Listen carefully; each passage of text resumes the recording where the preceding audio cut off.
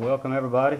Another Thursday night, another ARC Q&A session.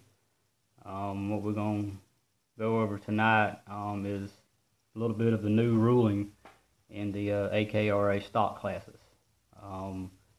As most of you know, as of 1st of next year, AKRA is allowing porting in the stock classes. Now I'm not going to get into the politics of why this is done, who done this, what's the reason it was done, is it a good reason, is it a bad reason? I'm not going to get into all of that. I will say that it's a good thing and a not so good thing for the class and for the sport. One of the major reasons this was done, according to the stuff I've read and the people I've talked to, and of course working on the stuff myself, is the inconsistencies in the heads. You can get a batch in with all the same number on them, and they could all be a little bit different. And then you got really good heads that come in, you got really bad heads, and sometimes it's the luck of the draw. And then you got all of the hand-picked part, the hand-picked heads and stuff like that, and so on. But what this porting is supposedly supposed to do is to help even out the good heads and the bad heads. It's supposed to make it a little more level playing field. Whether or not it does that, we just have to let it play out and wait and see. One thing I do know, even with this porting, if you take two heads, you got a good head, like let's just use the number 151. That's a pretty good head. And like a number 78 that was used years ago, believe it or not, there's still some of those heads in circulation. You take those two heads and you hand port them, you're still going to have a good head and a bad head. It's just the good head's going to be made better, and the bad head's going to be made a little bit better. But you're still going to have good heads and bad heads. The only way to even all this out is to have all of them CNC ported exactly the same. And even then, you're going to have little inconsistencies in it. But that's expensive, and that's something that we don't want to see happen. Is going from the cam of the month club to the head of the month, because cams are $35, $45, $50, $60, $70. That's somewhat affordable. But some of these heads, from what I'm hearing, is going to be selling for $200 and $300. That is insane. I'm sorry, that is just insane. If you're paying more for the head than the rest of the engine cost and parts, that just doesn't make sense. So one of the things that Bill made clear in his letter and the statement that he made is anybody can port a head. This you don't have to go out and buy these things, and that's what I'm going to try to do tonight, is kind of go over some porting do's and don'ts for these engines as far as the stock configuration with the 615 carb, because it's going to be a little different porting than if you was using a stock appearing carb or a 390 or even a Tilliston. You got the head and valve and all has got to flow and match the size of the carb that you got. But we're going to show you a few things. This is that you can do at home, DIYers. That you can do with handheld tools. Dremels. I still use a Dremel every single day. This is actually the one I use. I use it in modified heads and going to use it in stock ones. I've also got a air tool. This is what I finish up with. But I'll go over some of the bits that we use and things that you can buy from your standard Walmart or Lowe's or Home Depot. But we want it to be. We don't want people to have to go out and buy these heads. Everybody that's got engines now more than likely have really good heads on them if they bought them, from someone that blueprints them like us or anybody else, or if they bought an engine that's already got a head on it. You can. This is something that if you're in your own engine builder that you can do yourself. I'll go through and answer a couple of questions if there's any before I get into anything.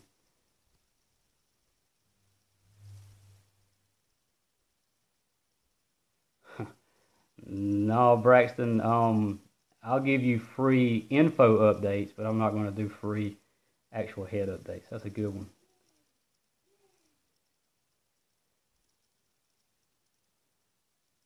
All right.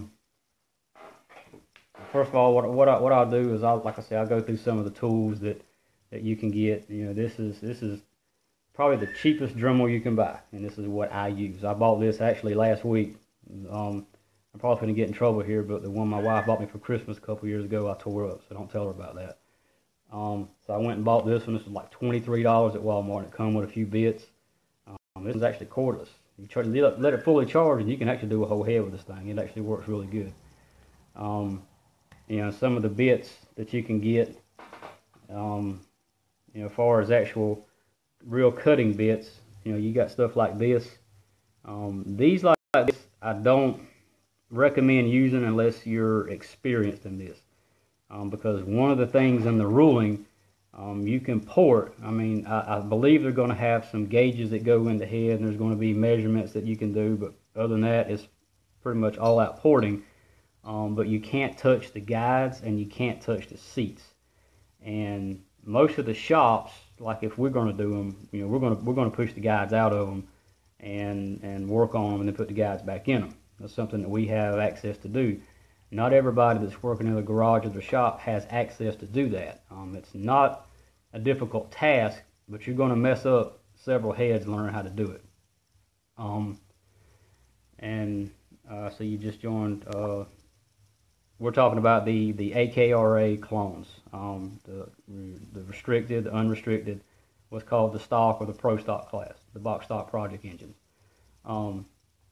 But these bits here, they cut really fast, and you will get down, and when you're trying to cut the short turn radius, which I'll show you that in a few minutes, you'll get down, you'll hit the seat before you know it. Or if you're not using it on a fast enough speed, it'll jump. It'll hit the aluminum, dig in, and jump over, and next thing you know, you've done hit your guide or you've hit your seat, and the head's not going to be any good. That's going to be one big thing I'm going to emphasize on a lot, is you cannot touch the seats and you cannot touch the guides. That's why you need to use these, you know, smaller bits. You know, if you want something that cuts fast, you know, you got these little ball nose bits. I use a lot of these right here. This is the main thing I use when I'm just cleaning up a head, which is basically what you're going to be doing here. You know, you're not all out porting like you would be for a modified engine. You're basically cleaning up the port. I tell people anything that's sharp, you're rounding it off. You're doing a little bit of reshaping, but not a lot. But I use these like this. This is a grinding bit. Actually, these are used to sharpen chainsaw chains. You can get these at, you know, Walmart, anywhere that sells these things. They're very readily available. I also use some of the cone shaped ones like this to get down, you know, into some of the smaller places. Then, you know, once you get it cut out with whatever bits you need, go slow. That's why I tell people to use these. It's going to take a little more time, but I promise you, if you've never ported before, you're going to mess up some heads. So I highly recommend you find a head that ain't no good, that, you know, off a blowed up engine, or, you know, a seat that's been cut too much, and practice on it, because you're going to mess up one. I still do it from time. I tried one the other day, was doing one and talking on the phone at the same time, and I hit the seat. So that's going to be a modified head now. But use these little grinding bits, because they cut slower, but they leave a smoother finish than stuff like this does. Because like I say, this cuts fast, and when you touch that aluminum, it can leave an indentation really quick. So, you know, try to use some you know, grinding bits and go a little bit slower. And then, you know, once you usually once I get one shaped, what I use is I use my little air tool here with, you know, replaceable sanding bits on the end. And this is a much higher speed than the Dremel is. So with these sanding bits, it'll really clean it up and really make it look smooth and uniformed. And if you want to go further than that, as far as polishing it, I use these. These come in the Dremel kits also. They're little buffing pads. They bolt on the end. As you see, I've been using this one. Once you sand it, you can come back in with these little bits here and really make it shine. But sometimes making them shine like that's not a good thing. I'll get into that in a minute. But it's just simple tools. This is not rocket science. People are going to make you think that this is rocket science. It is not. Will a hand-ported head flow and perform as good as a CNC head? Yes, sometimes, not all the time. Sometimes CNC heads aren't that good. It's all according to how it's cut. But what you really want to look at in these heads, I don't know if you'll be able to see it or not. I tried to get some different lighting angles in here, and I don't have a studio here in my house. But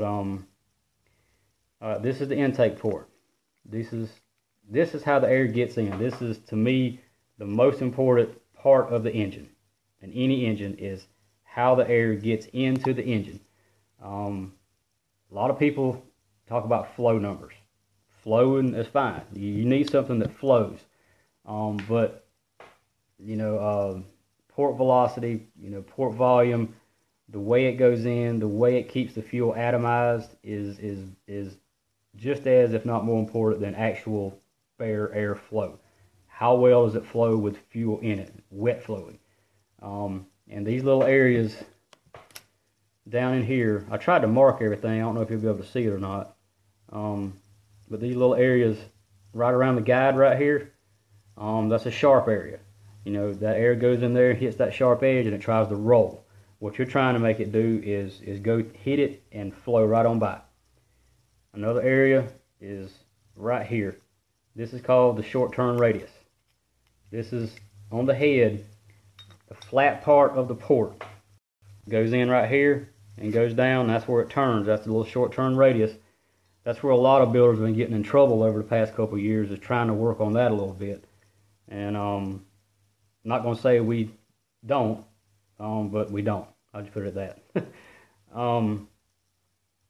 You want to go in there and round that off. It's got most of it, if you feel right in here with your finger, right as you go into the seat, you'll feel a little sharp edge or a razor edge. That is detrimental to flow, because what's happening here, this is going to be upside down, but what you're trying to do here is the air is going in and it's trying to turn and go down into the cylinder. The cat's on the table is going to knock my thing over. Get down. Nobody wants to listen to you.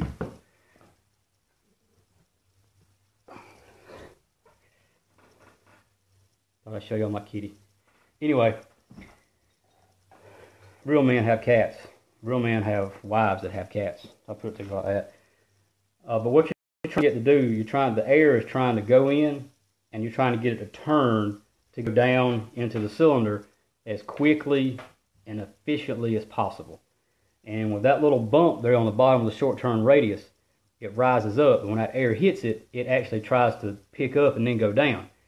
And the air that goes around the top side, you're wanting it to uniform straight down. And when it hits that short turn radius, the air on the bottom tries to pick up, and the air on the top, as it comes down, it creates turbulence and it slows the air down going into the chamber.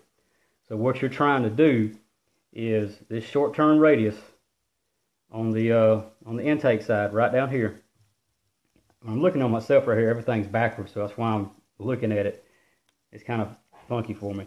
But the short turn radius right here, you want to round it in. Just a smooth transition. You don't want to build no long ramp to it. You just want to kind of go in there and knock that sharp edge off and just round it off just a little bit. And you feel it with your finger, and so that it rounds off in there nice and easy.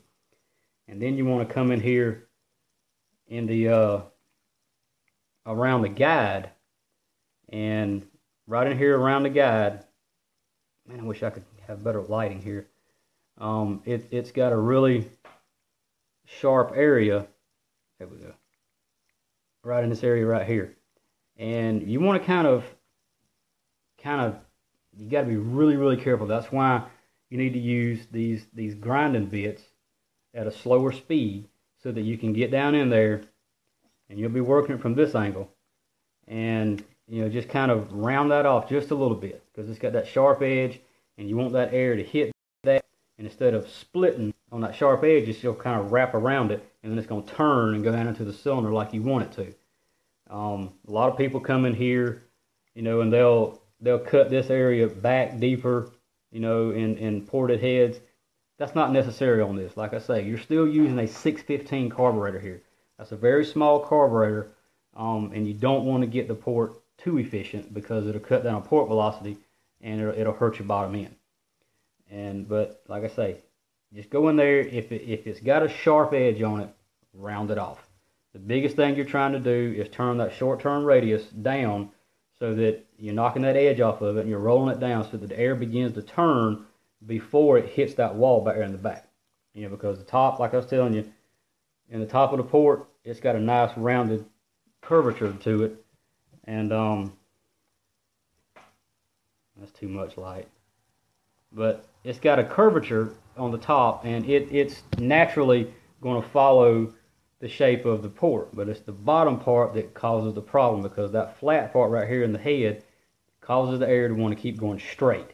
And it don't turn until it hits that front with the other air, and that creates turbulence. What you want to do is get that short turn radius, round it off so that it starts turning a little bit quicker, and it gets into the chamber more efficiently. Now you don't want to make the port any, look at that, no flashlight, it works great right here, don't it? You don't want to get the port any bigger. To me, the port is too big now, because you know, you got a larger port behind a smaller venturi. That can mess with fuel signal. If you get it too big, it's just going to create havoc with your fuel signal. The engine's not going to be easy to tune. You're going to have jetting problems. So leave the port the size that it is. You know, you can come right here, you know, with like a small polishing bit and knock them little edges off, and you can polish the inside of it, because it's got some rough edges down in there, some casting flaws. You can knock those out, but you don't want it mirror smooth. An intake doesn't need to be mirror smooth. You want a little bit of texture left behind. Like I usually leave, like, you know, when I finish up with my high-speed sander like this, a lot of times that's how I leave it, because it's smooth to the finger, but you can still see a texture on the metal. And what that does is that helps keep the fuel atomized and mixed in with the air like it needs to be, because especially with methanol, you want some texture left in there with methanol, because methanol is a really heavy and a really dense fuel. It doesn't atomize with a fart. The gasoline, it atomizes a lot better than a fart. I don't know why I said fart, that just come to mind. It atomizes very well, and it stays atomized fairly well. And but you still need a little bit of texture left behind. You don't want it to be rough to the finger. You want it to feel smooth, you know, with your fingertip. But you don't want it mirror finished. Now on the exhaust side, you're kind of looking for the same thing, because on the exhaust, on the short turn radius, you can still feel that little lip right there. And what that is when they're cutting, you know, the pockets and stuff for the seat that goes in. Yeah, they're cutting it by high speed, and probably not using, you know, the right type of coolant or whatever, or got a dull bit. You know, that pushes aluminum up in front of the port here. And what you're trying to do is, okay, I can get started now. Bradley Bush is here.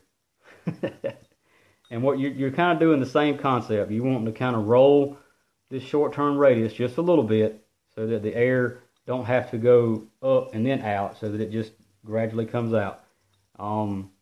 I don't do too much work around the seat. I mean, around the guide right here. You know, I'll just kind of knock that little edge off and polish it up real good. Now, you want the exhaust side, you can have it mirror finish smooth if you want to, because you're not worrying about fuel staying atomized. You're worrying about getting something out as quickly as possible. Don't do a whole lot of work on the exhaust side. Like I said, I turn that short turn radius up a little bit. And one thing that most people do on the exhaust side is they want to raise the roof right here on the port so that it has a longer transition. You always remember, lower the floor on the intake and raise the roof on the exhaust. But they're going to have numbers, you know, tech gauges and stuff that go in here, so I don't recommend doing that yet until we figure out, you know, all these tech tools and stuff. I'm just showing you some basic porting that can get you, you know, the numbers that you're looking for as far as power and all. Now, also, something else on the intake and all that I left out. If you look down in there, you can see, I've got to get some better lighting here somehow. You can see right here in this area, the transition from the actual port into the pocket of the valve, or the bowl, as some people call it. There's a little shelf in there. It comes in, then it kind of turns out. Round that off too. Like I say, you know, you ain't got to move it out and make it bigger, but round that off and polish it good, or, you know, sand it good. And like I say, anything in there that's got a sharp edge on it is going to hinder airflow. And, you know, as far as what the gauges are measuring here, I hadn't got no gauges yet, Bradley. I'm not sure when I'm going to get them. We're usually the last people to get stuff for some reason. But you know, go in there and down in here on the exhaust and the intake. You know, the exhaust has it too. Right here in this area. I don't know if you can see it good or not, but right in here, as it transitions from the actual port into the bowl, there's a little shelf, I guess you could call it. You know, sand that down. Easy in, easy out. You're looking for the easiest entry and the easiest exit. Plate engines, depends on the size of the plate. Yeah, I really hadn't tested plate engines. So I'm just going to be honest with you, I hadn't. We wasn't sure that this was going to be done, and I hadn't done a whole lot of testing with it. Unrestricted blues and purples, it's going to help it. Reds and greens, probably the less you do, the better you're going to be. You know, just go in, like I was saying, and knock that little lip off the short turn radius and kind of clean it up. But this is going to help the unrestricted engines a lot more than the plates. But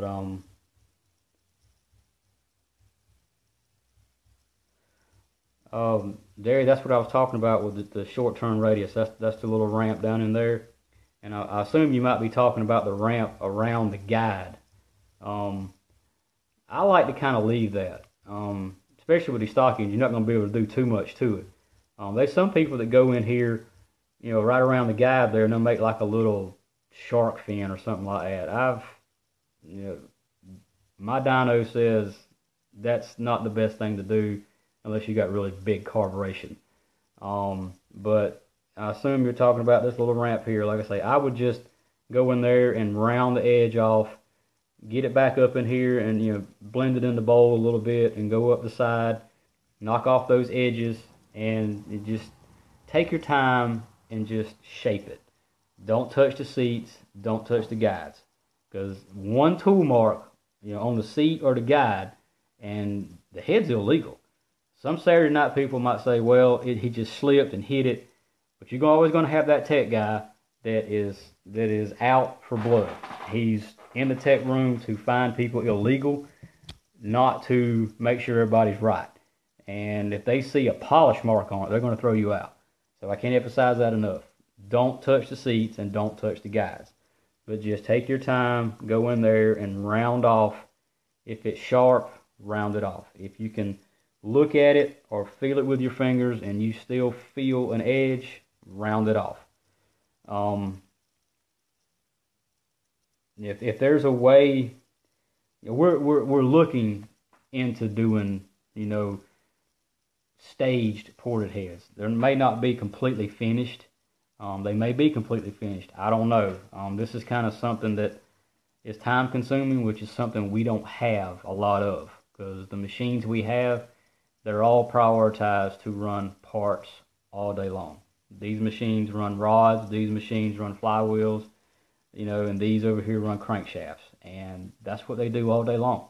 And then we got, you know, other, you know, contract obligations that we have. You know, karting is only a part of our business, and for us to get in and do heads is going to take, you know, a lot of time. So if we do anything, we may go in there and do some, you know, what we stage one porting, and people can clean it up, or we may do a complete job. I don't know. But if it's gonna cost the racer $200 or $300, I really don't want to do it. I just can't charge somebody that much for a box stock head. That's just me. I think these engines are a little overpriced now. You know, I'm charging $800 for stock engines now, and I think that's too much. But you know, you have to do what the market tells you to do. You know, as long as people keep paying these prices, builders are going to keep charging for them. Not saying they don't have overhead. I understand the overhead, you know, but they got to pay for their equipment. They got to pay for their buildings, you know, and they got to pay for their employees. I understand all that. I just feel that I'm charging too much. But any benefit for cutting the bottom of the bowl to open transition? Yeah, that's Roger. That's kind of what some people have been getting in trouble for here lately. Is they've been going in there and recessing, you know, the bottom of the bowl right here. They've been lowering it down a little bit. I'm not sure what the tech tool is going to be measuring. If that's going to be a measurement, it might be. I don't know. If it's not a measurement, yes, that will help lowering that down. And what that does is that's gonna lower, you know, this ramp right here. It's going to lower it down, and you can, I don't know if you'll be able to angle it because of the tech tools. I'm not sure. That kind of stuff helps, but that's what some people have gotten in trouble for here lately. Been doing that. I don't mess with heads. You know, I will tell you that I have gotten, you know, flathead screwdrivers, you know, and tried to break a piece of aluminum off, or, you know, on this side over here, there's a little piece sticking out, and I've tried to get in there and wiggle it out. I do that, you know, because if you don't, then, you know, you're really not, you know, trying your best. But as far as getting in there and cutting stuff and trying to hide it, you know, we don't partake in too much of that stuff, you know, other than just breaking a little piece of aluminum off.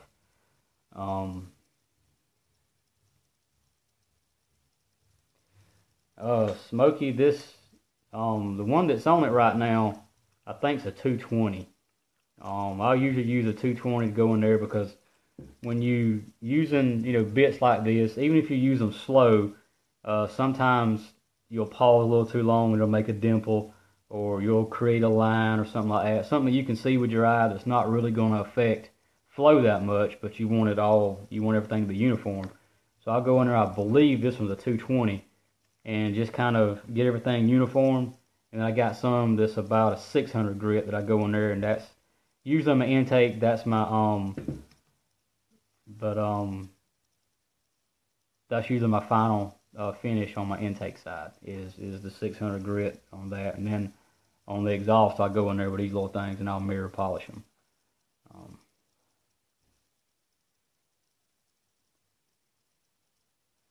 No measurement on the floor. Well, like I said, we've been kind of left in the dark on this. I have no idea what the tools will look like or what they actually measure. They put some stuff up on Bob's the other day, and to talk about measurements on flat side and oval side and this, that, and the other, and I'm gonna have to get in there and study what that really is. But you know, if there's no measurement on the floor, you know, lowering it will help. Yeah, the NKA, I knew there was a measurement somewhere. The NKA is the one that has it on the floor. You know, their new rules are machine to max spec or something like that, whatever that means.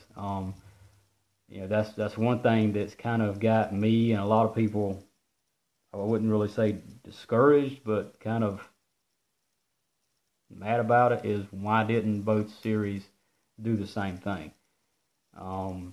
You know, I had a little Facebook Live thing last night. I was trying some new camera stuff out, and we got to talking about this, and you know, I hear it all the time.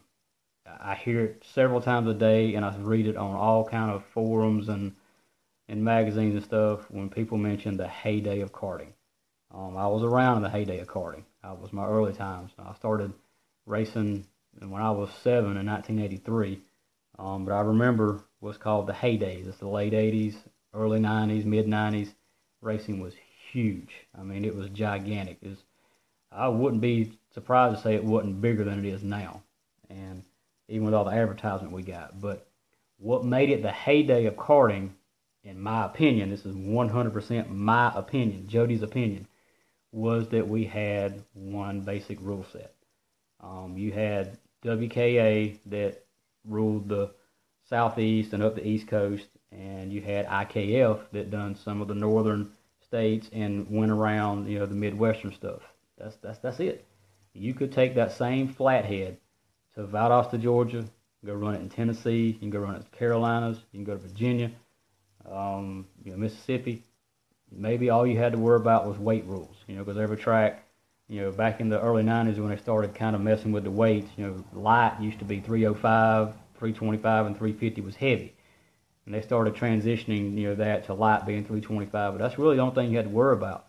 There wasn't that many tires there. You had Dunlops, you had Bridgestones, and heck, I don't remember what other tires they had. But not a lot of preps. But the heyday of karting for me was they had one rule set, and you could go everywhere. And that's one of the things that kind of bothers me with this. But I have no say in it. My job is to look at the rules, to follow the rules, to read between the rules, and to help people with the rules, which is what I'm doing now, my job. I'm trying to, show people that, you don't have to have a $100,000 machine to do this.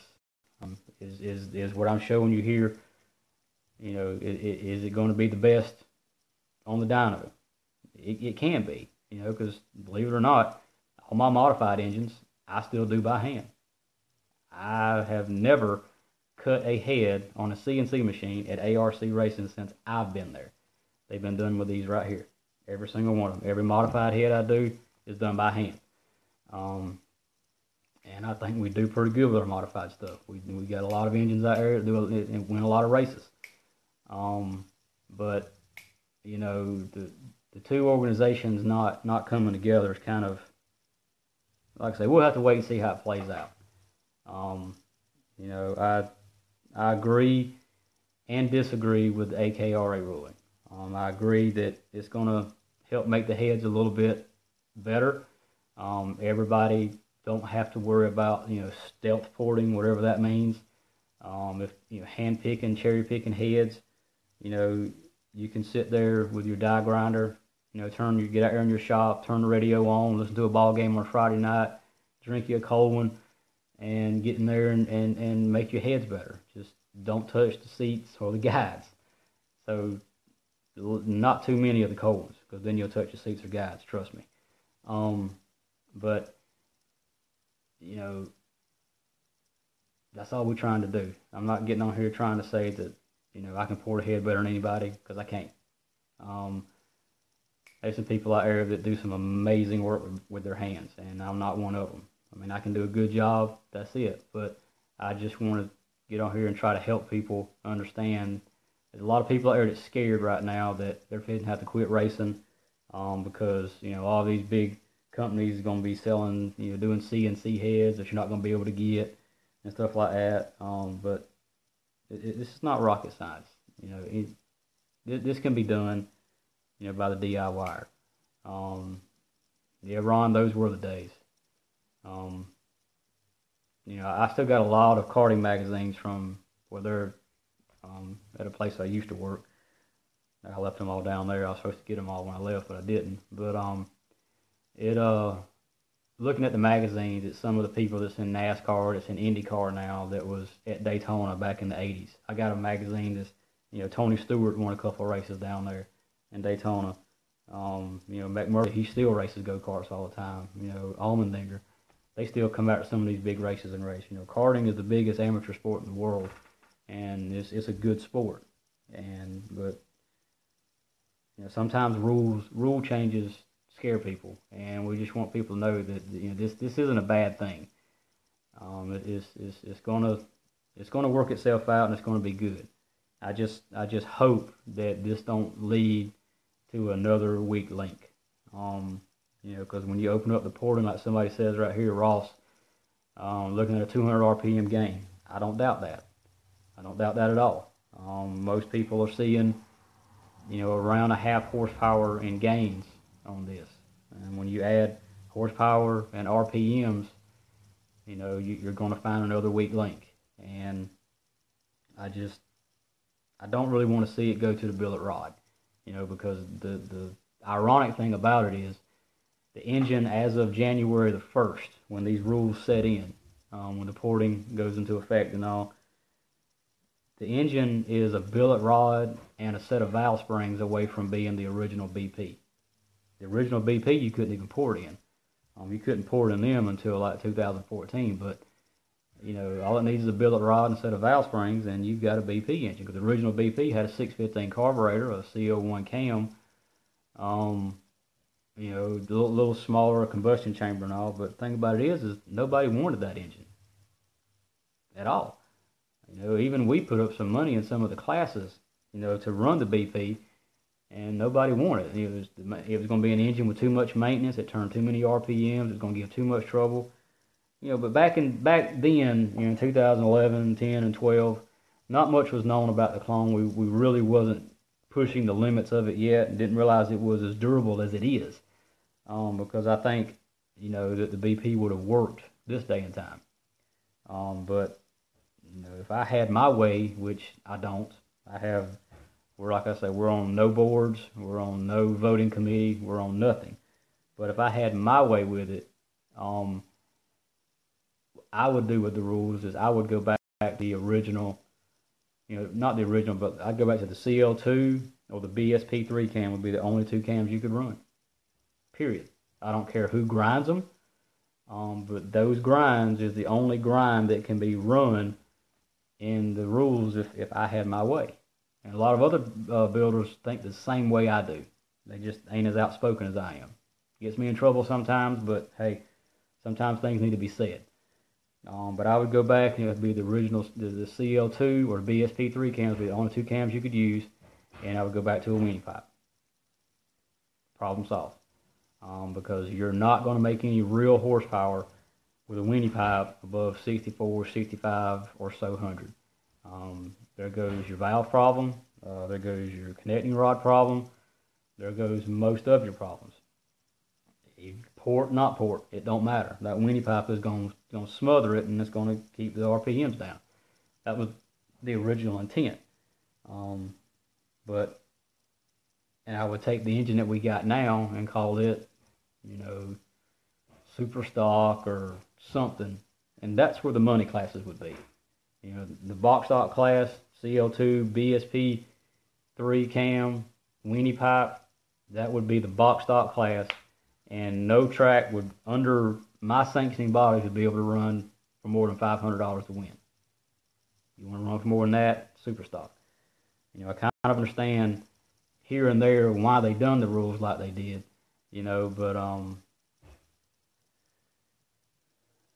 I don't know who's going to be turning 7,500 RPMs. I hadn't really heard nobody actually doing that yet, but those valve springs ain't going to last long at those RPMs. Neither is the rod.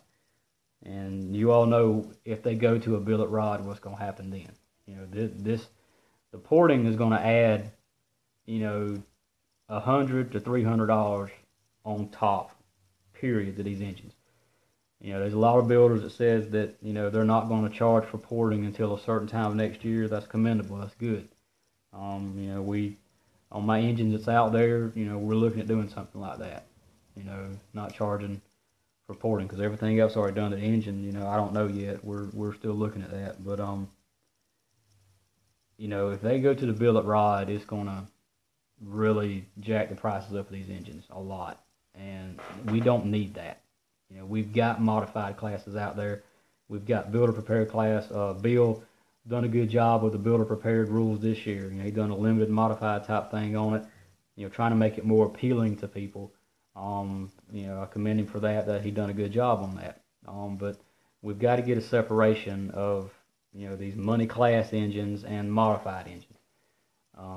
Because it's getting to where it's getting really, really hard on the local Saturday night racers, which that is the heart of this sport.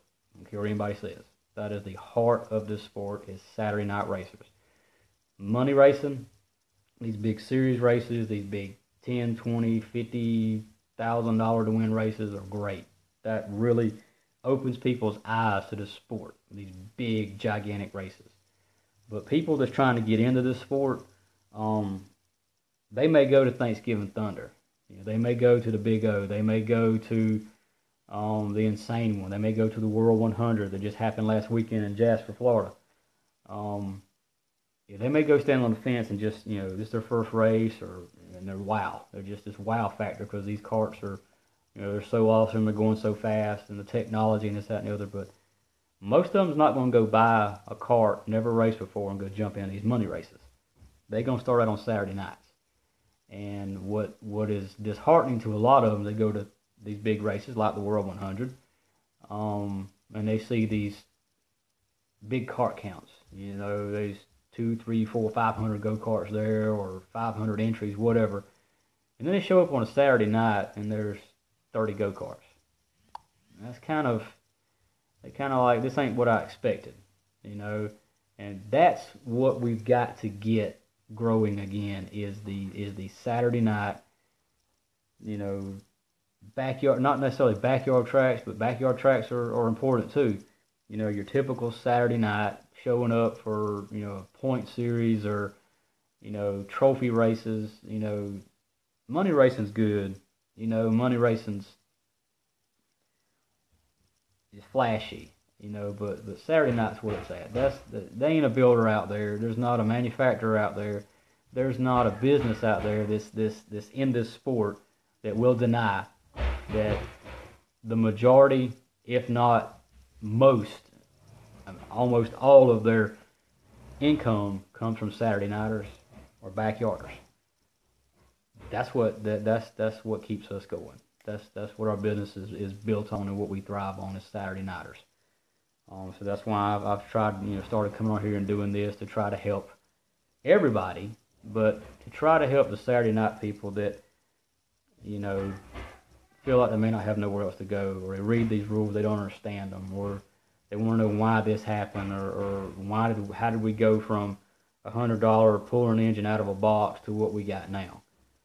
That's a long video to explain that, but I can explain how we got there and why.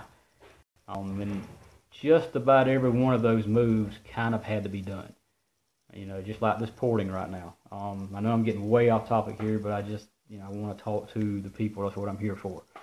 The porting. This is a number 136 head. I pulled this off the shelf this afternoon, just grabbed it and come here. This is probably not one of the best heads to use for an unrestricted. Because if you watch some of my other videos, I've talked about, the way the ports funnel in. This port on this one funnels in a lot. It starts out, nice and wide back here, and it goes in as it gets to the port. This is something I would use on a plate engine. A purple plate, especially a green or a red, I would use this on it. But you've got other heads out there, and they've got better ports on them. And not necessarily was casted that way on purpose, but the way this casting works is when they make a mold, the mold wears out over time. We're talking, I want to say 10 or 15,000 heads. I'm probably wrong on that, but it wears out over time. And as it wears out, the heads get worse and worse and worse, or it could be the other way around. They get better and better and better. I don't know. I think they get worse. And so as the mold wears out, they get a new one. And the heads out there, they're so inconsistent. If we could just get, one head number imported, and you've got to run that head, and you make gauges for it and all, could it be a problem solver? I don't know. But that's why the porting kind of had to be done. Is just to get everything on a little more level playing field.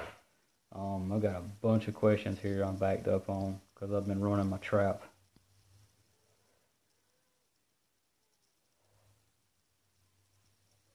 Actually, people's been answering questions for me. They've been answering them pretty much right. Yeah, Roger, USKRA, it is different than AKRA and NKA. It's kind of, their base engine's kind of like a builder prepared engine. I like the USKRA rules. I wish they were more popular. I've got several engines out there, USKRA. They are some good rules.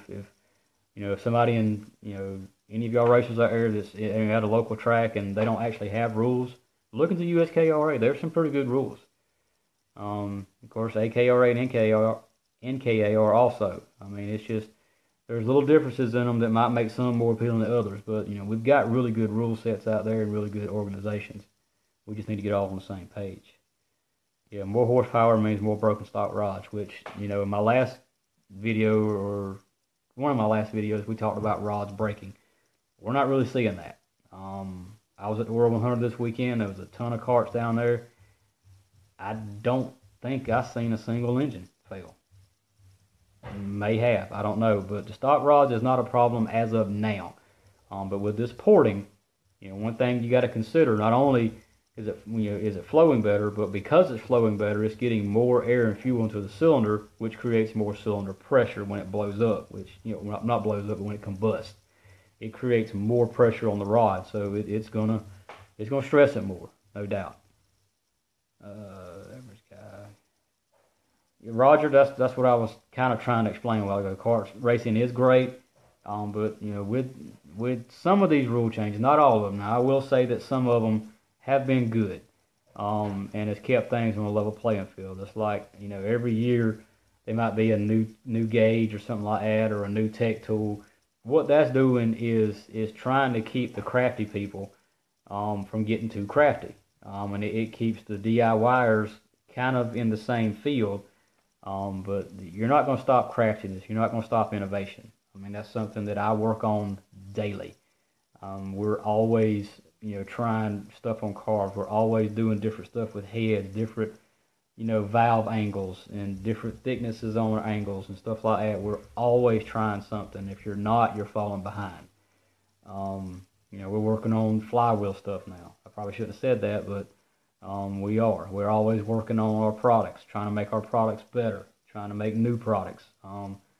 We look at ways of improving everything. That's why we're in business, and that's what we do. Good old flatheads. Yeah, flatheads, Don, talking about flatheads, that's one thing I like about the Big O race. I don't care what kind of racing you're into.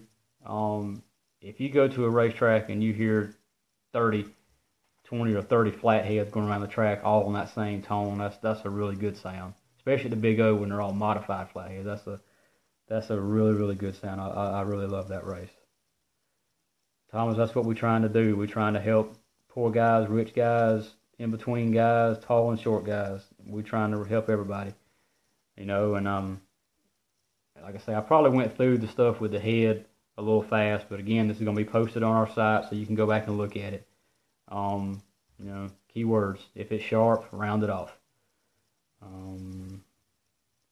Okay, Clint Woodall, BP stands for Builder Prepared.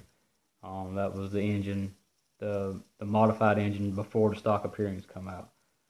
Basically, not far from what we got now.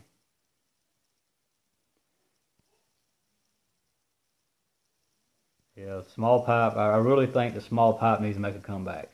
That's just me. I really think a lot of the problems that we're seeing today can be solved with a weenie pipe. But one of the things I hear all the time, and somebody's probably fixing to type it, is the weenie pipe. They sound like a generator. It don't sound like a real race engine. Well, what I tell the people like that is I would much rather see 30 generators on a track racing for a trophy than 5 real sounding carts on a track racing for a trophy. What I'm saying is, I don't care what they sound like. If they're on the racetrack, people's businesses are doing what they need to do. They're kart shops are in business to make money. I know that's shocking to hear. Manufacturers are in the business to make money. We produce a product for profit.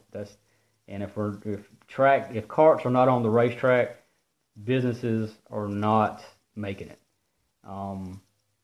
We've got to have them on the track to sell parts. We've got to have them on the track to sell tires. We've got to have them on the track to sell bodies. And we don't even sell that stuff. And I still try to promote it. Carts have got to be on the track. But the tracks have also got to do their part by having rules and enforcing rules. One thing that it gets me hotter than the collar, and a lot of people has called in, and I've let loose on them about this, is tech. Um, you got to have tech. You've got to tech.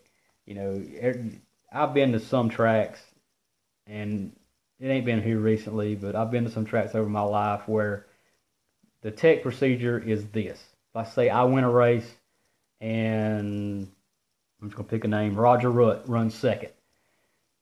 The way they tech is they'll go ask Roger, who runs second, are you okay with first? If Roger says okay, and I say I'm okay with second, then we go home. That's not tech. You know, I don't care who's good with who. You need to have some type of basic tech on every Saturday night track in the country. I don't care if you take the valve cover off and you roll the cam and check lift. Simple, easy to do. Anybody can do it. I don't care if you pull the air filter off and pull the butterfly out just to check the no-go in it. Do something. People need to see tech guys doing something. If you know, it's the biggest waste of money that I can think of is to have a tech guy come in and pay him to be there, and he don't do nothing. All he does is ask, are you okay with this or that?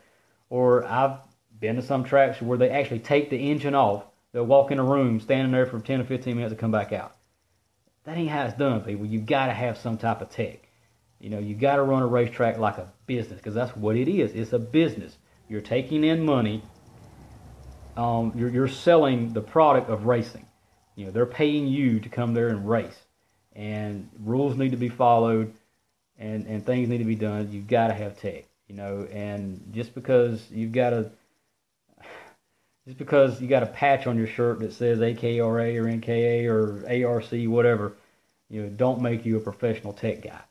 Learn the rules. If you've got problems understanding the rules, if you don't want to ask nobody, you call me. Not saying that I'm an expert on the rules, but I'm pretty knowledgeable on it. I will help you understand the rules. I'm not going to sit around and show you gray areas to look for, because that kind of don't make my builder friends happy. I will help you understand the rules and how to follow the rules and how to tech. I've even offered, I probably shouldn't say this on Facebook Live, but I've offered to go to tracks and teach them how to tech. Show them how to use the equipment. Show them how to decipher things in the book of what it really says versus what's on the engine, and how to do simple everyday techs. That's something that this sport is lacking. Now, as far as the national level, those guys do a good job. There's a lot of tracks that are on Saturday nights. I know a track up the road that they throw people out left and right, you know, for $100 to win. Some of them take it a little too far, but I'd rather have those tech guys that are, you know, nailing the coffin done when it comes to what the rule book says than not have tech at all. Don't know how I got off on that. Oh, small pipe. That's what it was. Yeah, there's people turning 71 and 7200 now, Tim, without porting. I've had several engines on my dyno that I've turned 73 and 74. Not saying that's where I'd run them on the track, but it was surprising the power they were still making there. Typically, we turn our engines, I tell people 67, 68. Some of them turn them 69. They just got to turn it a little bit more. But we're definitely going to see 7,000 plus probably with this porting now. It's just going to help the engine on top end. That's where most of the power you're going to see from the porting is going to be on the top end. It's not going to affect the bottom end that much, but I'm going, you know, from testing and talking to other people, 6,000 and up, it's going to help it a good bit.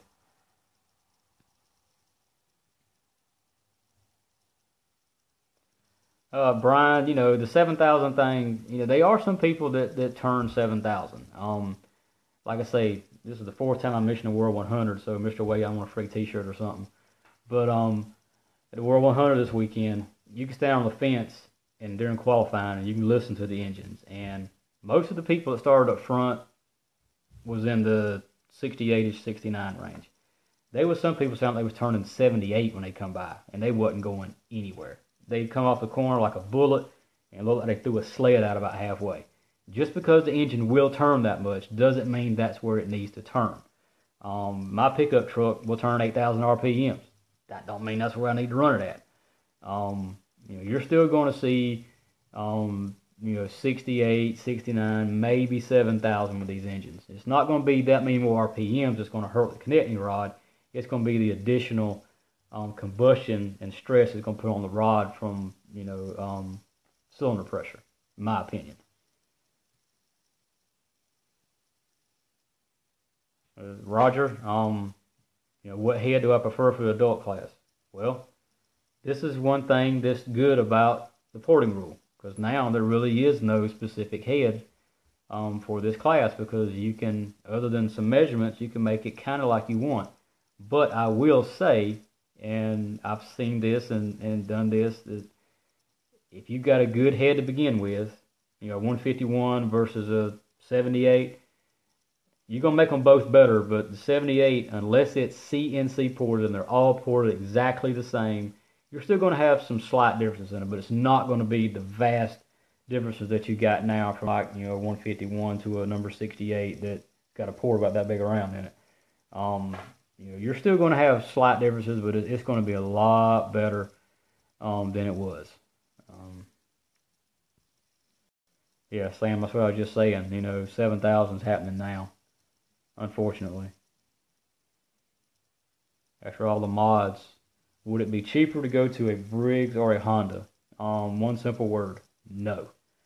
You're not going to find a cheaper engine to build that has the reliability of a clone. People can argue with me with that all you want to, but ain't nobody proved it to me yet. This clone engine, they're made in China. We all know that. Say it again. They're made in China. For those of you that don't know this, they're made in China. Right down the road from where the Briggs are made at.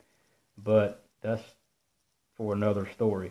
But they're made in China, but for the money, whether you build them yourself or you have someone build it for you, you're not going to find the price to durability ratio that you got with these clone engines.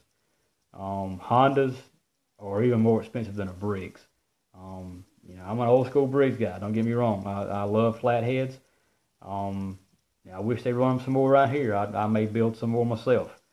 But it's the price, the price to dependability factor that we're talking about here. Are Briggs better equipment? Yes. Are the blocks better? Yes. Are the cranks better? Depends. They're better equipment, but they're not that much more durable. And when you come to the price to power ratio and all, especially with modifieds, man, I've got clones and predator engines that outrun animals all the time. But it's just you're not gonna find a cheaper way to go than the clone, unfortunately. Because even though some of the Briggs stuff is made in China, not all of it is. Let me back up. Not all of Briggs stuff's made in China. They got select parts that's made there, but that's still some of the stuff that is still made in America with Briggs. You still got American companies doing the work, and this is I've done a thing a while back on a parts per sheet that I done, and the sheet showed a clone on the racetrack ready to go with all the parts versus an animal on the racetrack with all the parts ready to go. And I'm wanting to say the ratio was like 60-40 for the clone and was like 70-30 for the Briggs. So, on the racetrack, they're both American built engines, because they come in, the clone comes in a box from China, marked China, everything on it says China. But when it gets on the racetrack, it's got ARC products on it, which are made in every single one of ARC products are made in Albany, Georgia, and have been since the beginning of time, or beginning of ARC's time. Dyno cams is in them engines. Wrap headers. I'm not trying to do any plugs here. I'm just throwing names out. All the add-on stuff are American products. Most of them are. So the ratio to foreign versus domestic, it kind of equals out with Briggs and clone. But I'm not a Briggs hater, don't get me wrong. I still like my Briggs. I'm just looking at price and dependability here. Brian, I'm going to be 100% honest. I've broken one crankshaft in a clone, and that was in a stock appearing engine several years ago. How these people are breaking these cranks and stock engines is beyond me. The only thing I can come up with that I've seen with my own eyes is the way the clutch engages. These people are having these clutches hitting really hard, and that, and running off the track and not backing off the throttle, and everything bouncing, and I don't understand how people breaking crankshafts. I know BSP at one time was either talking about or was getting some crankshafts that have smaller holes cut out through the journal. They're supposed to be stronger. Whether they got those in ready to sell or not, I don't know. But I know they're working on it, which that'll help that a lot. Robert, that's what you're talking about, stock cranks breaking. I ain't seen it. I mean, I'm being 100% honest with you. With all the engines we got out there, I'll probably get a phone call tomorrow or Monday, and I got 5 crankshafts broke. Then I'll come back on in 2 weeks and say, guess what, y'all, I broke 5 crankshafts. But as of right now, I broke one, and it was in a stock appearing that I built for a guy in Virginia, and he turned that thing 84, 85 for 2 seasons. So I think we got our money out of it. Well, see, I've been corrected right there. I said I didn't see no engine. Well, I didn't lie, because I didn't see the engine break, Bobby.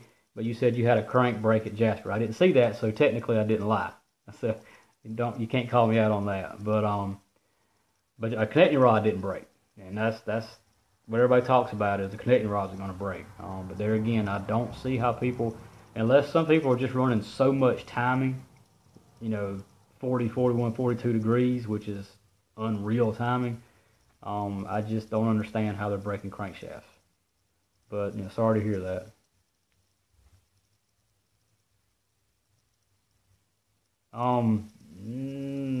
Mike, I'm not sure how much you pay for your animals or your clones, but a typical animal right now is around $1,800, and I don't think clones are there yet.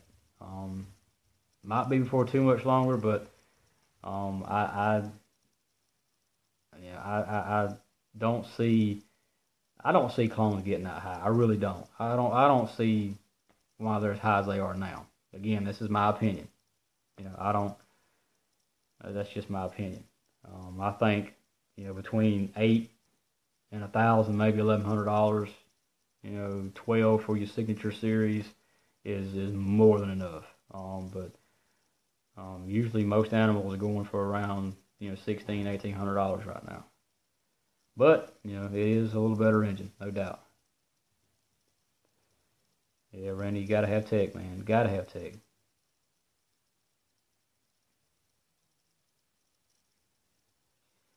If you can't make the little guy competitive with the factory rider, then how do you expect to sell to the masses? I'm selling to the masses by doing this.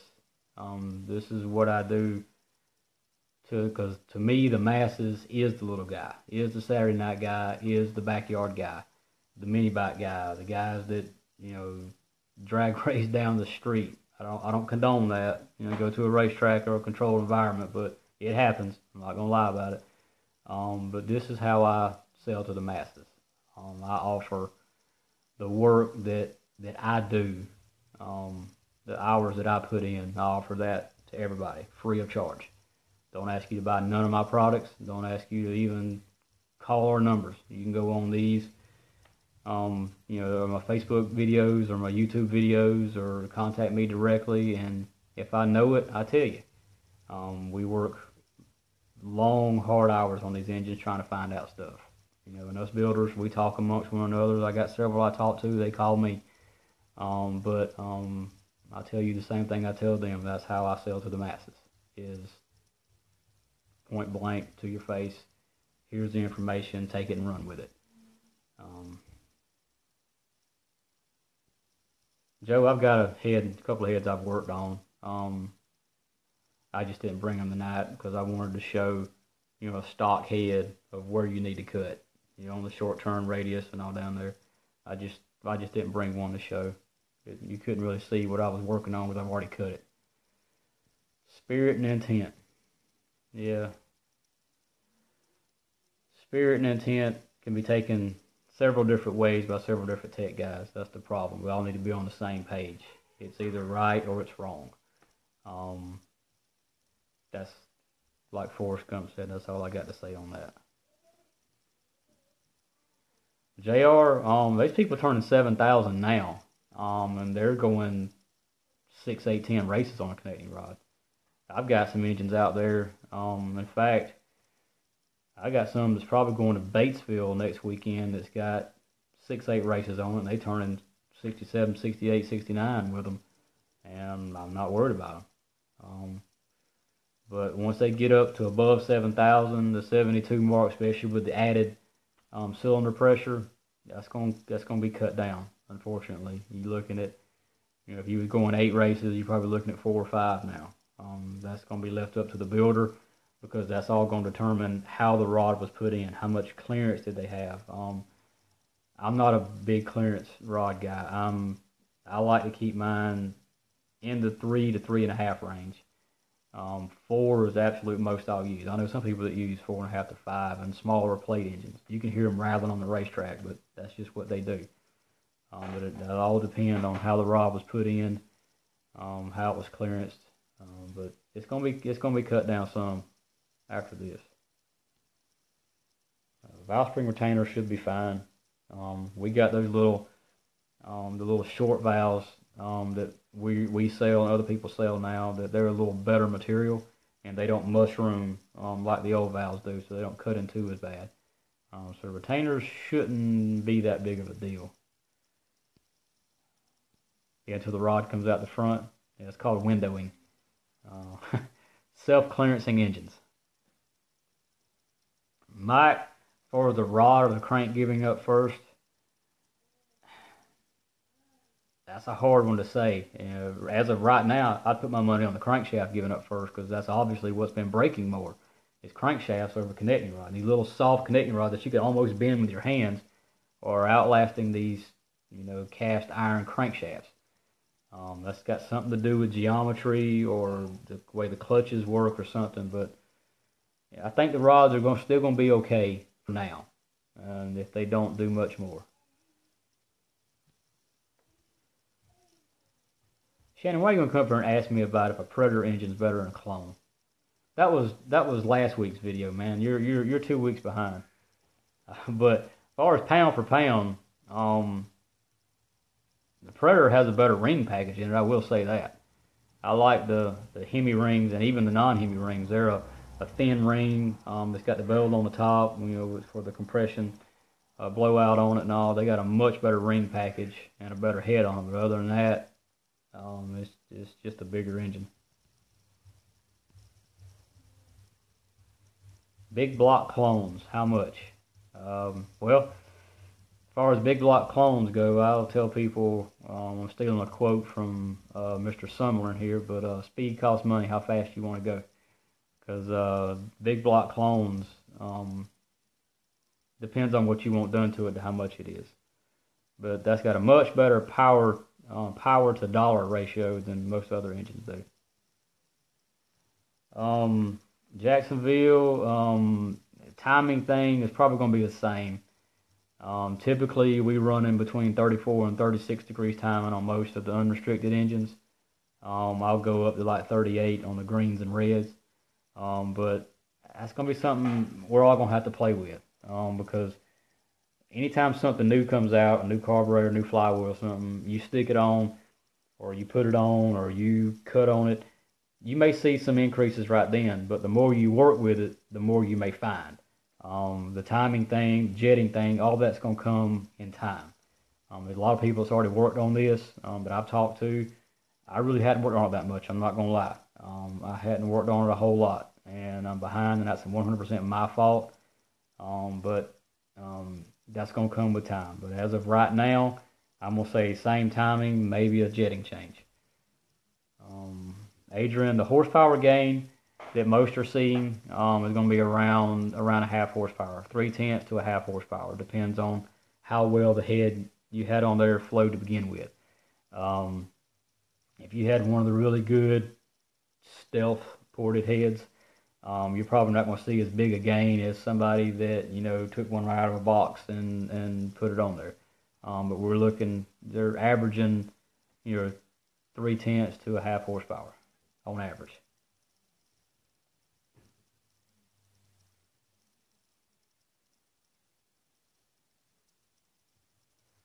Jordan, I hate to hear that you sold out, man. I mean, because this is still a great sport. Don't let. The thing about it is I hate to say this because it kind of contradicts everything I believe in, but the internet. Bob's Horse Cycle, great place. Bob's a good guy. Got a lot of good people on there. You got a lot of Facebook, sites you can go to. The internet has been a really, really, really, really big marketing tool for karting. Really big. You can get all over the internet and find out just about anything you want to know. Whether that's 100% true, the information you get is still out. The jury's still out on that, but you can find out whatever you want to on the internet.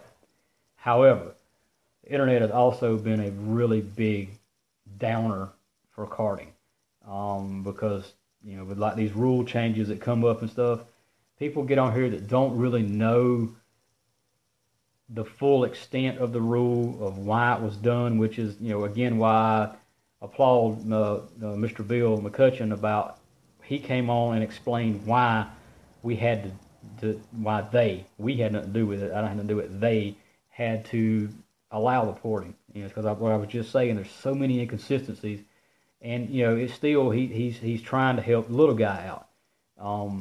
He came out and explained it, but a lot of people get on, they read the rules and they interpret it wrong, they don't understand the rules, and they start blasting, and they start saying, engines are going to be $10,000 by this time next year. We're going to have billet rods in them, and they're going to be blowing up, and yada yada yada. And people read that and it discourages them. They're like, well, okay, well, these people over here say that the rules mean this. These people over here say that it means this, and it's going to be really bad. And then you got the people saying that, oh, they're just changing rules so people can sell more stuff. No, this is going to cost a lot of builders time and money to begin with, because like I say, a lot of them, and I'm calling out a lot of the builders because y'all said this, is you're going to offer no charge porting on the first, rebuild or whatever. Bring your engine in for a typical year-end rebuild or whatever, and they'll do the porting this one time for you. I would recommend that to a lot of builders, or I hope a lot of builders do that. But like I say, the internet is a good tool, but it also has been a bad tool. And I hope, Jordan, that you didn't sell out and stuff because of stuff like that, or if something was going on at your track, like I said before, with no tech. A lot of people tracks have gone with these Predator engines. You pull it out the box, we'll throw a seal on it, and you claim at the end of the night if you think he's illegal. That's kind of to get away from tech, in my opinion. The Predator thing is good. It should be a beginner class. If you've raced before, I don't think you should be running stuff like that. That's like some of the people I see running no pro. I raced with them 15 years ago, and they're running no pro. It shouldn't be happening that way. But that's just the way it works sometimes. But I hate to see that you sold out, Jordan. And if you ever think about getting back in it, give us a call. We'll help you out any way we can. Hope you're just taking a break. Come back when you're ready. You know where we're at, buddy. Local Saturday nights, things I'd personally take. Now, I talked about some of them a while ago. Something as simple as rolling the camshaft. Checking lifts, at the valve. Simple. Duration checks, a little more into it than that. You got to have degree wheels and stuff, but something you can simply do is roll the cam, check for lift, check the springs, with your dead weight checker. Check the 815 install height. A lot of people don't do that. Check the carburetors. You ain't got to take the carburetor apart. You can, pull the choke out, check the 615, or you can take the jets out of it, look at the back side. A lot of this stuff is visual. There's gauges that go in the back. A lot of it's visual. Something else that, a lot of tracks do not check, and they need to start doing it, hint, hint, is Predator crankshafts in clone engines. I'm probably going to get in a lot of trouble for saying this. I'm going to get a lot of bad phone calls tomorrow, but I'm sorry. Cheating's cheating. There's a lot of people out there running Predator crankshafts and clone engines. It's 40 thousandths longer stroke. And if you don't think 40 thousandths longer stroke will help your engine, then you keep sitting there and thinking that, because it does. They wouldn't put rules on stuff like that if extra stroke didn't help. A lot of people doing that because you take the clone crankshaft. Most of them using the Generation 3 because you can make the 6619 flywheel fit on Generation 3 crankshaft with proper lapping. I don't recommend it. The taper is not the same, but people are doing it. And it don't matter what I recommend, people's going to do what they want to do a lot of times. And it works per se. And you take the clone rod, the Predator rod, which looks just like a clone rod in most cases, put it in there. Nobody's checking stroke. It hooks right up to a clone piston. You get a tall deck block. You still got in the hole, and it's happening. I'm sorry, but it's happening. That's something I would check also. I wouldn't do that every Saturday night. I would have a little, what I would do is have a little sheet of things that I could easily check there at the track and pick 2 or 3. Or what I've heard of some series doing is they'd have like 8 things that they could check, and they have number 1 through 8, and they have ping pong balls in a bucket. The winner goes in there and draws a number. That's what we check on your engine that night. That's something that tracks could do. That way they only check 1 thing a night or 2 things a night. And excuse me, but you could have the top 3 come up there, and each one of them draw a peel of 1 through 8, and whatever number they draw, that's what they check that night. They may check, lift one night. They may check the carburetor one night. They may check the springs one night. But that keeps people guessing. It's simple to do, and it would be an easy check, and that's just something that I would offer the tracks to do, because I've seen it done, and that actually kind of works. Because you never know, what number you're going to draw, and it keeps them guessing on if they're cheating or if they're fudging on what they're going to fudge on. Well, Shannon, I'll explain that, because like I was saying before, I could go through the story on how the engine come from a $100 in the box engine to a hold on just a second, I'm sorry. How it come from a $100 in the box engine to what we got now. It's because of inconsistencies. The Predator is glad you could join me, Joe. The Predator right now is where the clone was 6-8 years ago. It was an engine that's still designed to go on water pumps and generators. You get 5 engines, you'll have 5 different in the holes. There'll be 5 in the hole, some will be 50 in the hole, some will be 30 in the hole. Some will have a stroke, 5 thousandths longer or 15 thousandths shorter. Very inconsistent.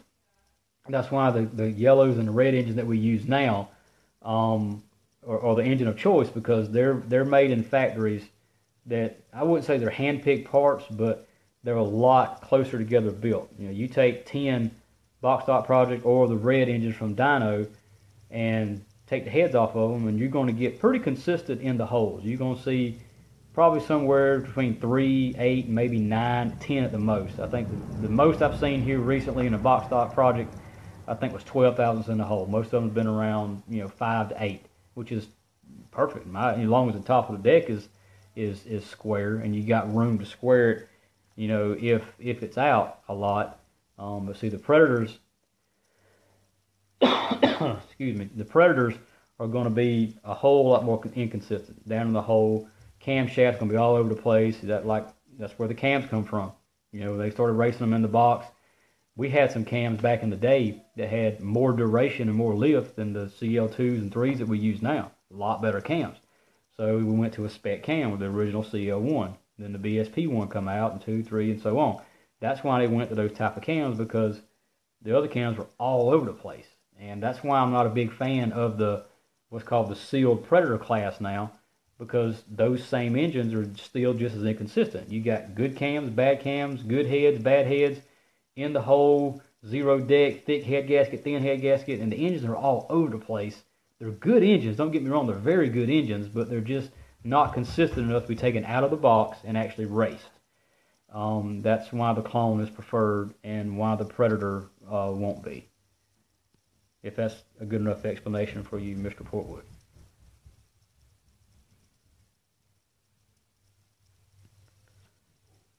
Seems like you have fell into the internet game. Don't really know what you're asking there, buddy. Sorry.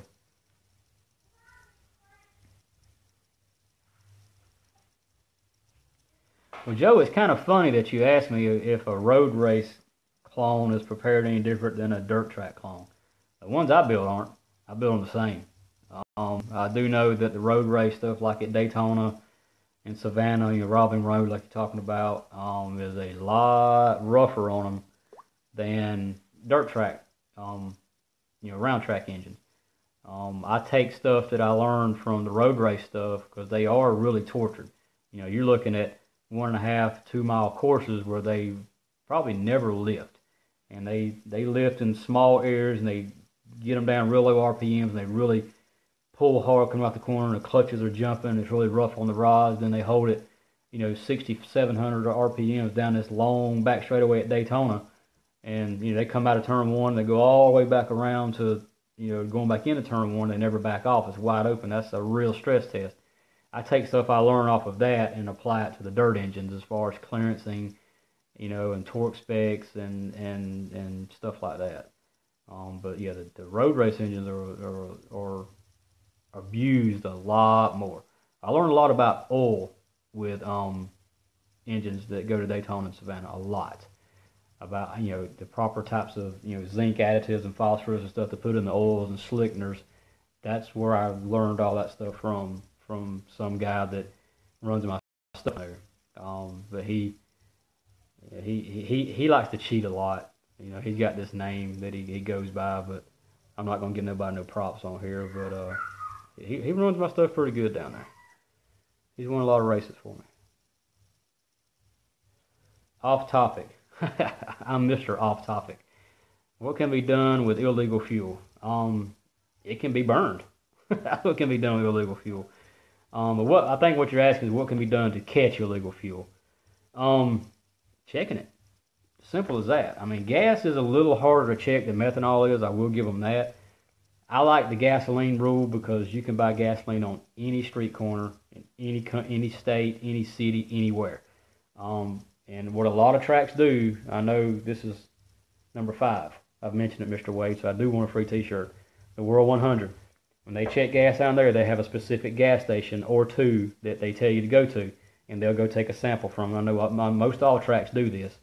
But gasoline is a little bit harder to take than methanol is, but they got to stay consistent with it. I've heard of several stories. One that happened at the Nationals this year. Somebody got their gas tested before practice or before qualifying, and they come back in, and all of a sudden it was illegal, and it kicked them out of the Nationals pretty much. That kind of stuff's gonna happen from time to time. I hate to say it, but it is. Even with methanol, it happens. But they just gotta check it, and we've got to come up with ways to check it better. The little Digitron gauges are good. I see a lot of people using them wrong. If I'm not going to get into how they use it because I don't want to call nobody out on here, but I've seen many tracks use these gauges absolutely wrong, and that's why a lot of the people are getting tossed out. But it can be caught. It can be policed a little better. But it is what it is sometimes. Yeah, with the dice. I know a lot of people, a lot of race car series and all. They roll dices in the tech room and stuff like that. And what number comes up, that's what you do. I really wish tracks would do that a lot more because it puts a little more guessing into it. Everybody, any builder that's done this any amount of time pushes the envelope a lot, an awful lot. How long have I been in here? Well, an hour and a half ain't bad. If you're not pushing the very edge of that envelope, you're not trying hard enough. I tell people all the time, if you're not nervous in the tech room every once in a while, you got room to work in.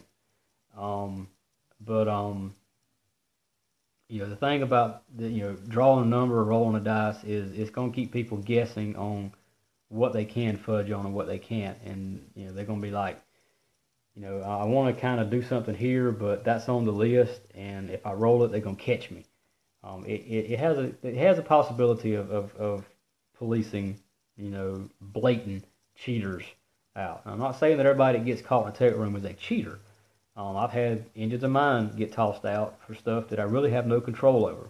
Like um, lifters wearing funny, and I always try to set my lift on my engines. I try to shoot for 4 or 5 thousandths below max lift, because I've seen some grow as much as 5 or 6 after it's been run for a while. And the reason that is because of valve float. And when the valve floats and the way it bounces on the valve, it wears a flat spot, and the lift will grow a little bit. That's not really something I can help or foresee or control that much. And now that RPMs are getting a little higher, it can be worse, than it has been. But not everybody that gets caught in the tech room is a cheater. Let me go ahead and say that, because I don't want to call nobody out. I know people that's gotten caught. A lot of builders, a lot of reputable builders that's gotten caught. I'm not saying they're blatantly cheating. Now, you show up, with a Predator crankshaft in it, or a box stock project block that's been bored 75 over to put a Predator piston in, or you've worked on the head, you've worked on it. That's kind of blatant cheating. A lot of people try to get by with stuff like that, but I really like the rolling the dice or the numbers deal. I think that has a possibility to be really good in the tech room.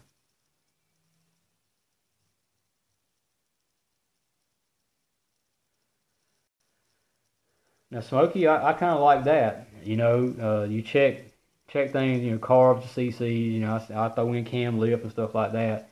If they win 3 races in a row, I kind of think it's time for a teardown. That's just me. Your job is to prove to all the other people. Your job, Smokey, is to prove from second place to last place that the guy that took the checker flag tonight is right. It's not your job to go in there and prove that he's cheating or try to find something, which some tech guys have been known to do. It's your job to go in there to make sure they're right.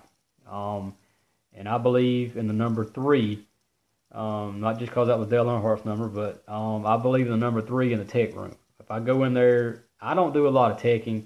I've done it a little bit here recently, as favors or stuff, but I don't like going in the tech room, because every single person at that racetrack in some way, shape, or form is a customer of ours. And I don't want to go in there and say you're illegal. But the teching that I've done, I give everybody 3 chances. If I check your lift, it comes out wrong, I reset the gauge, I rotate the retainer, I check it again, I rotate the retainer, I tell them that. You get 3. And I show them. I let them say, look, here it is. It's out.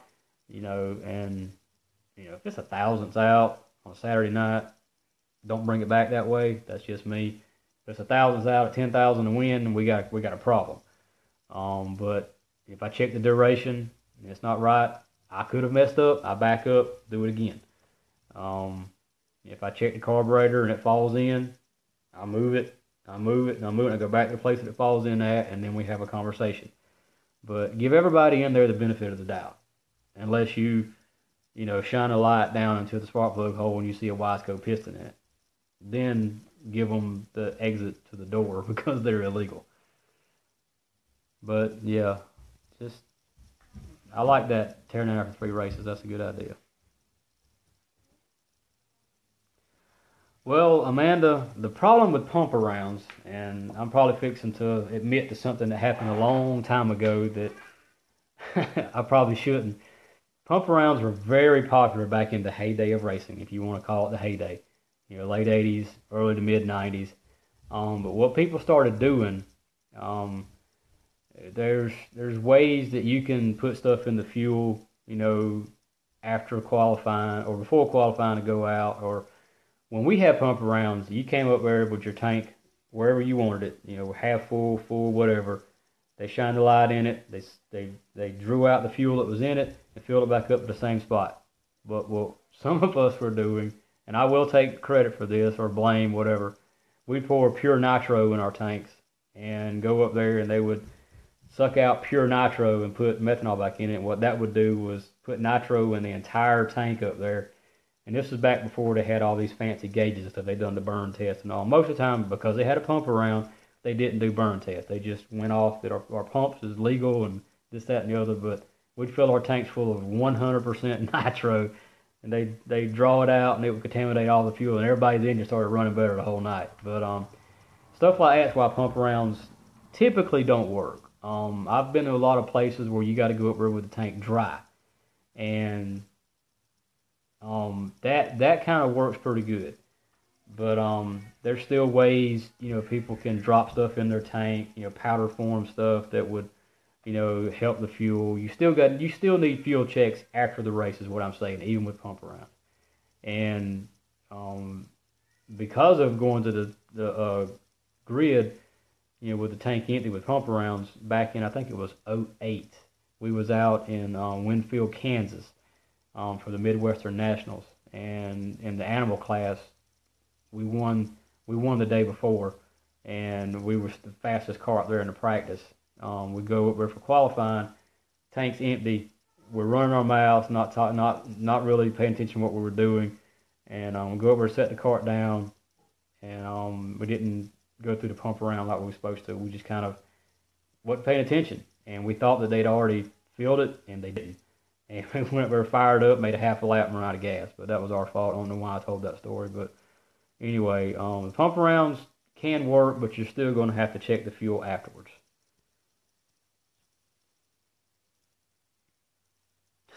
So, yeah, David, then you have some butthole that sabotage the fuel. Obviously, you wrote that before I told my story. Back in the day, I was the butthole that done that. I will admit it. I've done that. And apologize to anybody that it messed up that night. Should have made everybody better. But anyway, just going to kind of run through here a little bit more, because I'm actually kind of starting to get hoarse. I've talked a little bit too much. Just making sure I kind of got everything.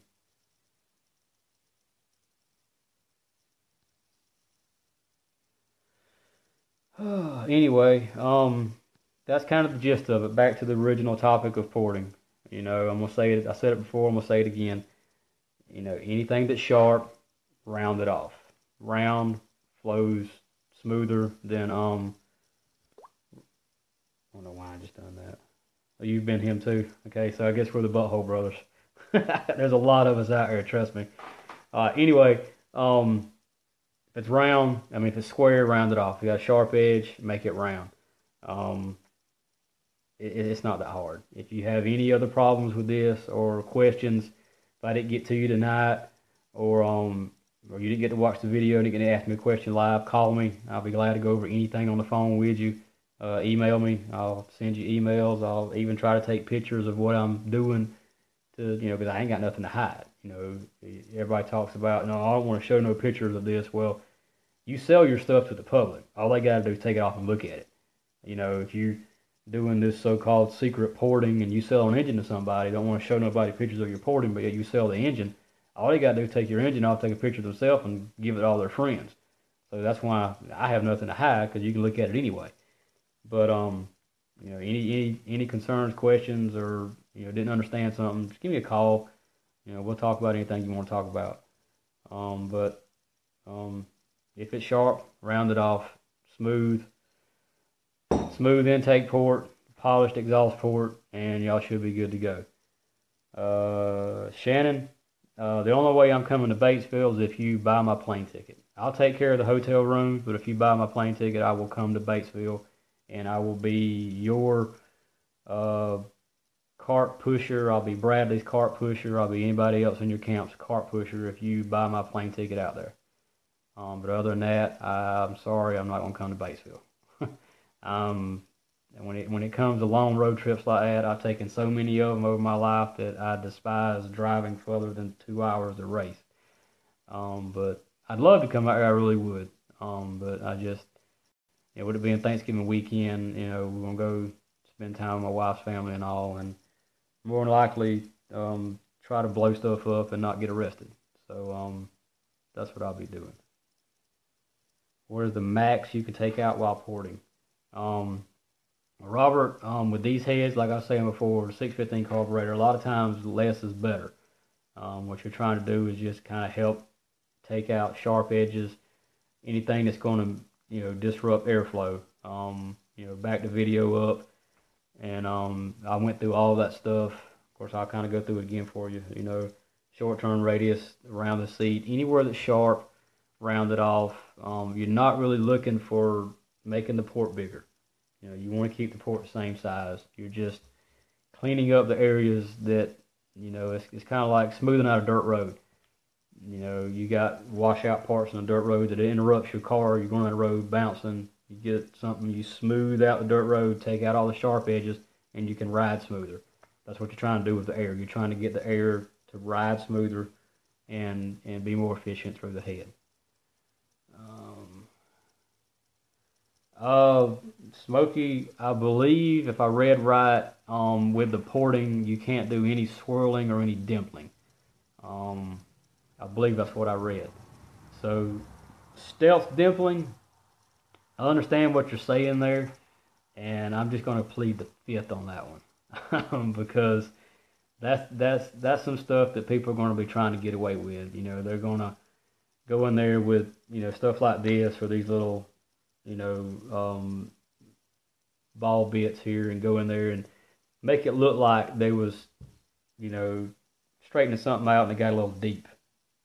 So that's something else that tech guys finna start looking for. Is, I like the way you put that, stealth dimpling.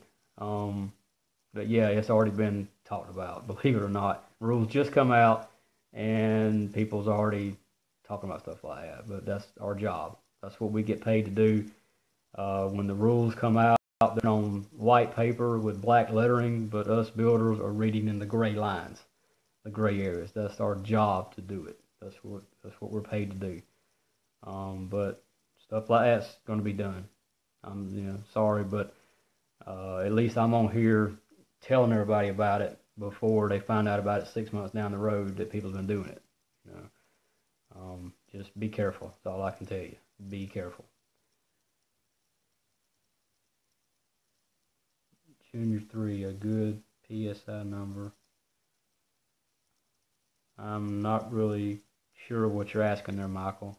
Are you asking about a pressure number on a hydraulic dyno, or are you asking a compression number? I'm not really sure what you're asking there, buddy. Sorry. Paul, I wouldn't call it expert info. I just call it experienced info. I don't consider myself an expert. I just happen to be lucky to be paid by one of the largest names in the business to do what I do.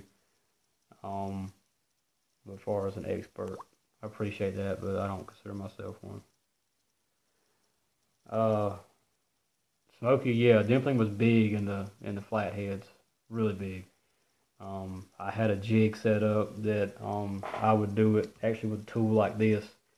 I had a little ball nose bit that I had made at a local machine shop, and it would run in there, and and it would hit it, and I could move it up in certain increments and go up and get around, and I've done a lot of stuff like that on the flatheads. But hour and 40 minutes. I'm kind of still below 2 hours. Gauge.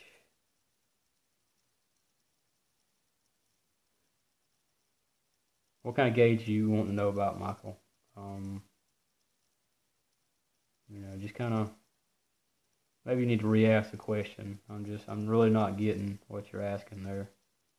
I'm really tired. If you notice, I'm blinking a lot. My contacts are sticking in my eyes. I can't really see much right now. But compression gauge. I have no idea. I don't compression check these engines. These engines have a compression release on it, and unless you spin it over with a starter really fast, I do leak down testing. That's what I do. A leak down test will tell you the same thing compression gauge will test. It just does it in a different way. Unlike a compression test, a leak down test will tell you where it's leaking. A compression test, if you're supposed to have 100 pounds and it's only got 80, it just tells you that you don't have enough pounds. It's not telling you where it's leaking at. A leak down test will tell you if it's the cylinder leaking or if it's the valves leaking. And you're going to have a little cylinder leak, especially if you're doing, a cold leak down. I always recommend firing the engine up, getting a little heat into it, and then doing your leak down test. Having something to lock the crankshaft, at about a quarter way down the cylinder, and fill the cylinder with air. And if your valves are leaking, listen through the carburetor or listen through the exhaust. You can change the valve springs while you're doing that. That's two birds, one stone. But a leak down test to me is a better tool because it tells you where it's leaking at. David, yeah, my new engine will be ported. I hate to do it, but I'm gonna have to lengthen out the time that it takes me to build engines. Typically, right now, if you order a new engine, it's 12 to 14 working days. Most of the time, I get to it before that, but I like to give myself a little bit of leeway. If I get it on the dyno and I don't like what I see, which happens quite often. I have to go back in it, redo something in the head or change some timing, or I've gone back in and changed crankshaft because I didn't the gear wouldn't be just right on it. But I'm gonna have to move the time up a little bit more lengthy time with engines now because of porting, because I will still be doing them by hand. Unless which I very seriously doubt we're going to do, is CNC port heads. I'm going to do them all by hand, and it's going to take more time because building engines is not all I do. That's just a very small part of what I do at ARC. I do part testing. Crankshafts come out, connecting rods, flywheels. I'm the one that tests all that stuff. I'm the one that works on all the I build all the pro carburetors. Every single one of them, all the stock appearing carburetors, and I test stuff like that all the time. Always on the dyno doing something, most, I wouldn't say most of the phone, that 50-50 of the phone calls between me and Hunter, the tech line that comes in, I do that, and engines is just part of what I do, but they're going to be ported, they're going to have to be if we sell them, but it's just going to be a little more time. As far as how much more money it is, on my rebuilds, the people that's already got my engines, we're going to work something out as far as the porting, but all the new engines, when I start building in 2017, all the new ones, we're going to have a small price increase. I don't know how much yet. Hadn't really talked about it.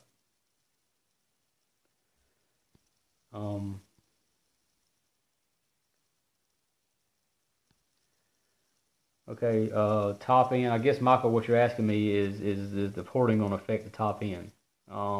Yes, that's the main place you're going to see it, is top end power.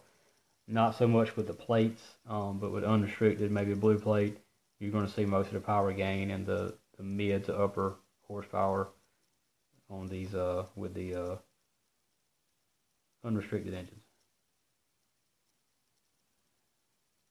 Yeah, Joe, we're doing a lot of things for the 390 now. We've really jumped into that market pretty hard. We're going to be working on some new stuff over the winter, some more accessories and things like that.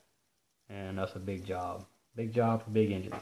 Fun to ride too. Yeah, I rode my 390, the stroke 390 this past weekend down at the this is number 6 time I've mentioned this, the World 100. I wear a medium to a large shirt, Mr. Wade. Yeah, 390s are fun, real fun. Amanda, what can you do to a carb to get more horsepower? Order a part number DJ2224. That's what you can do to one. That's our pro style carburetors. We work on all the air passages in these things. If it can be reached, there's some places that we work on these carburetors that really is hard to reach with common tools and all, and we still get down there and work on them.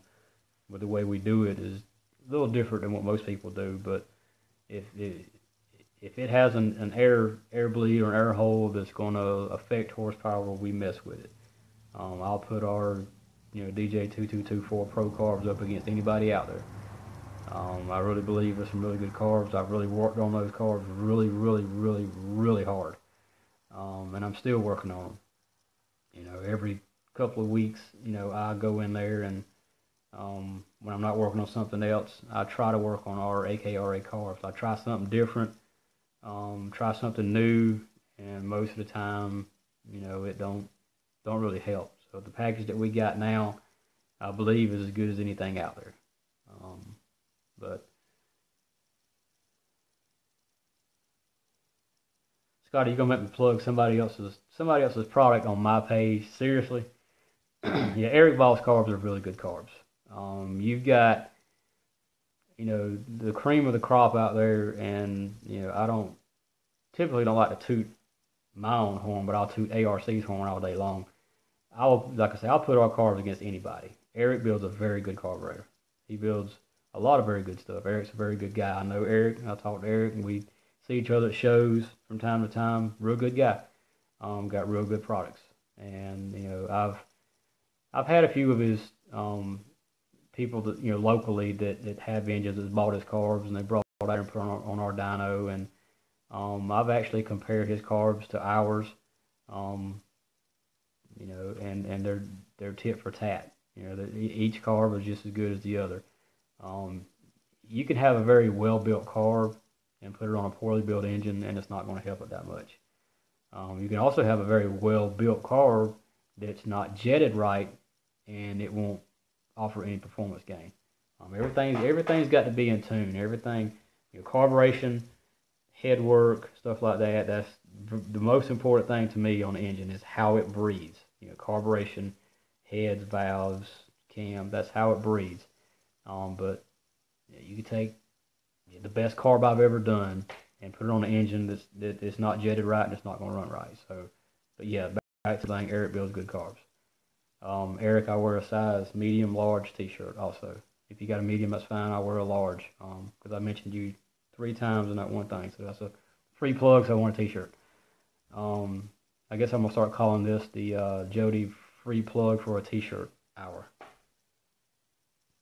Yes, we're going to port heads for the engine. Oh, no, I read that wrong. Chancey, porting heads for engines I don't build. I don't really think we're going to do that right now. That's not something that we can just jump right into. Like I say, all our machines are prioritized making connecting rods and flywheels and other projects that we do outside of karting. I'm really looking into it. I really want to, but I'm not going to promise anything. But I will be porting the heads on the engines that I build. But far as on the shelf, I'm not going to say 100% no or 100% yes right now. We're just going to have to kind of wait and see. We're looking into it. I want to, but we'll just have to wait and see. Now, Scotty, I'm glad you order a lot of our stuff. People like you is why I get on here and do this. Is why I'm able to get on here and do this. Is people that order our stuff, and we're proud and thankful of everybody that orders a spark plug or $10,000 worth of stuff from us. We're thankful for everybody. We appreciate everybody's business, and we work really hard for each and every one of you. Everybody, it's a team effort. ARC is not one person, not 2 people, not 3. It's everybody.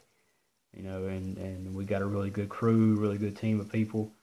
We work well together, and we fight like brothers and sisters sometimes. I guess that's because we're all so much alike and reaching for the same goal. But I guess that's one of the things that makes us unique is our people. We got really good people and really, really good customers. And unless I get another question here in the next minute or two, I'm fixing to wrap up. Because 5 o'clock comes early in the morning. Like I say, once again, any questions, any concerns, anything you might think you need to know or didn't understand about this, give me a call. On our 800 number.